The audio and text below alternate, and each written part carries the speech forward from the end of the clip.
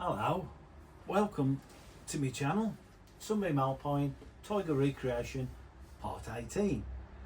We're just doing a few little bit of videos now, shorter ones.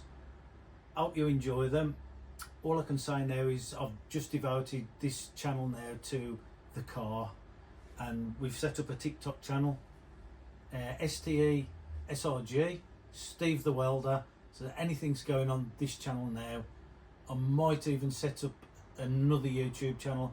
I'm not sure where I'm going with that, but all I want to do is devote this car to this channel now. Anything to do with classic cars, just cars. That's the way we're going, I think. Please get people to subscribe. It all helps, and I hope you enjoy this little video. Thanks for watching. Bye. Here we have a plate which I've cut roughly.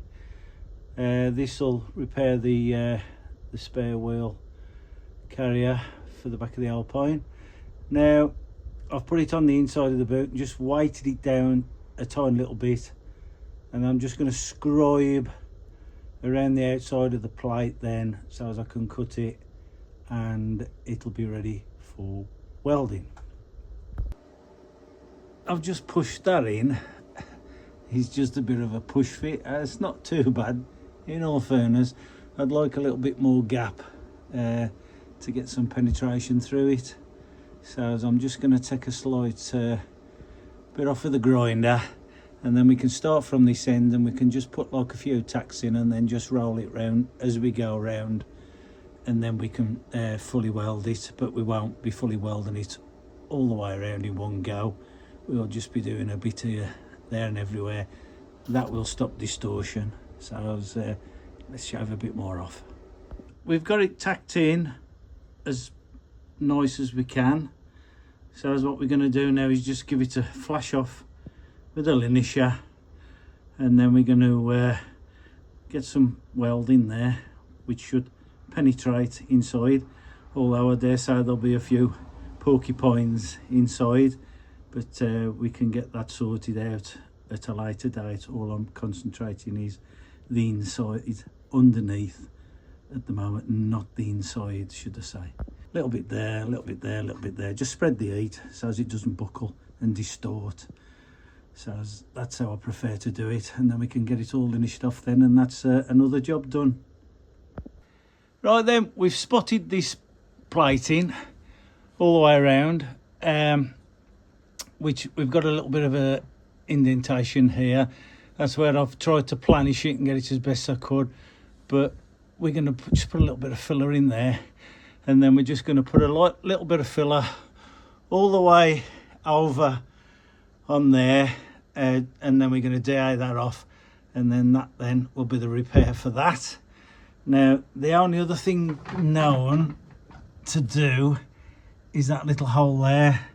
So I've got like a little electric foil, and I'm just going to ram that in there, square that up a bit, and then we're going to tack that up and get that sorted. And then what we're going to do then is get the axle back into place, get that lined up, and then we're going to do the I'll do a separate video for that. We're going to do some anti-tramp bars and an offset diagonal sway bar, whatever you want to call them. But all this is cleaned up as best as I can now. I'm going to do all that with the gunk, vat to can, whatever it's called, and that should all that. I mean, not looking for concourse, as I've said before, but a bloody good dam underneath. That's what I'm after.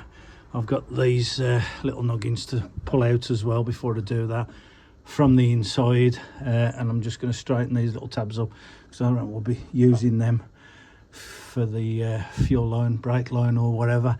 And then there's the strengtheners where the exhausts go through. We got two on the front, and the original Alpine ones are a semi, but we're looking at probably 300 horsepower at the back wheels on this, so I just want a little bit more strength. Well, that made light work of that, didn't it? That's lovely. and that's all done by this lovely little tool here. So we'll get a masking tape template now and then cut some steel for it. Well, look at that. That ain't bad for a first attempt, is it? It's even stuck itself in. There's a little bit of a gap there, but if I move it over a bit, take a little bit off the side, that'll be perfect. Let's get it welded in. So something else what's kind of cheesed me off is holes. Yes, I think the bloke who did this went to town drilling holes. Yeah, we got drain holes, obviously, so as I've got bungs for them, ain't worried about them. It was holes here. That was the fuel pump. We got holes here. We got a little hole there. Now I know what these holes are. Those for the cables. Also there's a hole there, and there was holes everywhere. 1, 2, 3, 4, 5, 6, 7, 8, 9, 10, 11, 12, 13, 14 holes in here. What the what does anybody want to put 14 holes in the back of there for?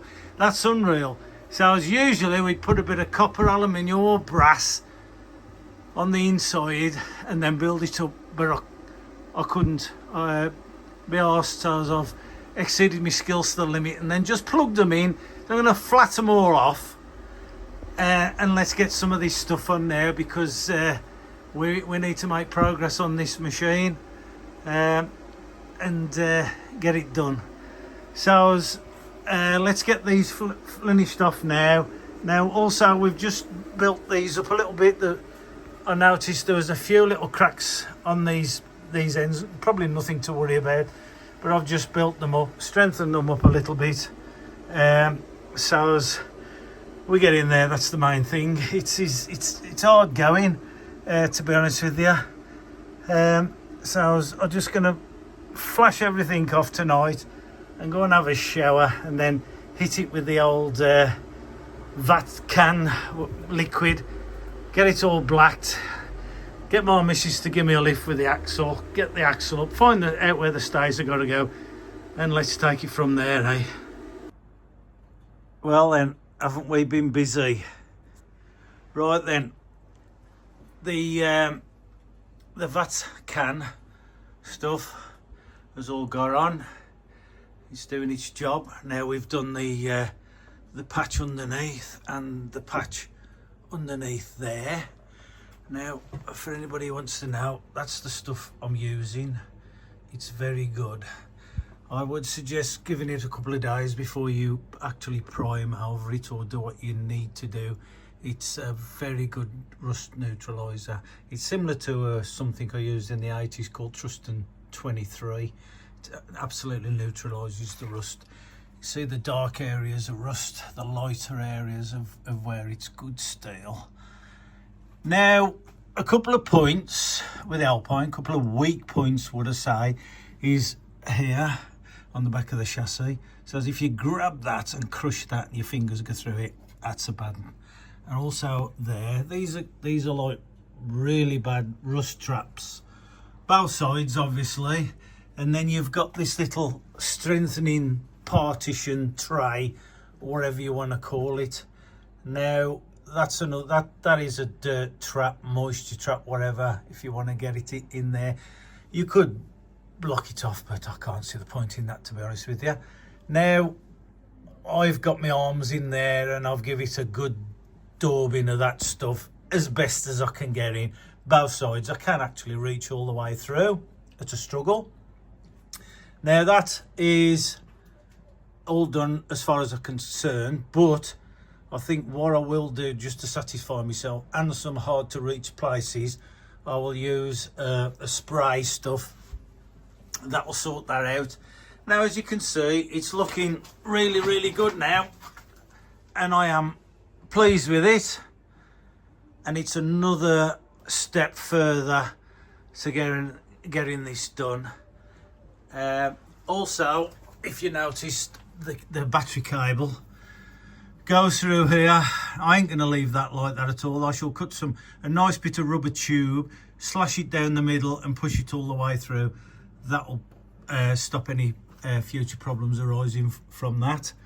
I've took the exhaust stops off, but I've left the holes there because I feel as if I can use them for the brackets. Now, I've had a bit of a nightmare with holes everywhere. I think there's one left, to be honest with you. The rest are drain holes. I'm not going to worry about it too much because I am going to use some sort of sound deadening, probably Dodo or something on the inside. Now I've decided I'm going to actually spray it with a Raptor paint. Now the Raptor paint will be, the colour of the car is, believe it or not, Mitsubishi Nice Blue, or Nice Blue as I call it. So as I shall be doing a Raptor tint on that when it's done. Now what I'm going to do now is just finish those little bits of eyesores what the previous owner did. Just going to sort them out, although it's looking better than what it was. Now I'm really pleased with this, and I'm getting back onto the axle very shortly. We're going to give this some stick now for the next two months, 3 months, see how we go. Also, when I've put the axle up so as I can find the position of the stays, this will need stripping down. It's got a leak on it, and also there's an ugly piece of whatever somebody's welded on there before. So I'm going to clean it all off, and I know where I'm going to put my stays then. Let's see what happens then. Let's crack on to the next episode. All I can say is thanks for watching, and if you know anybody, subscribe, because this can only get better. Thanks, bye.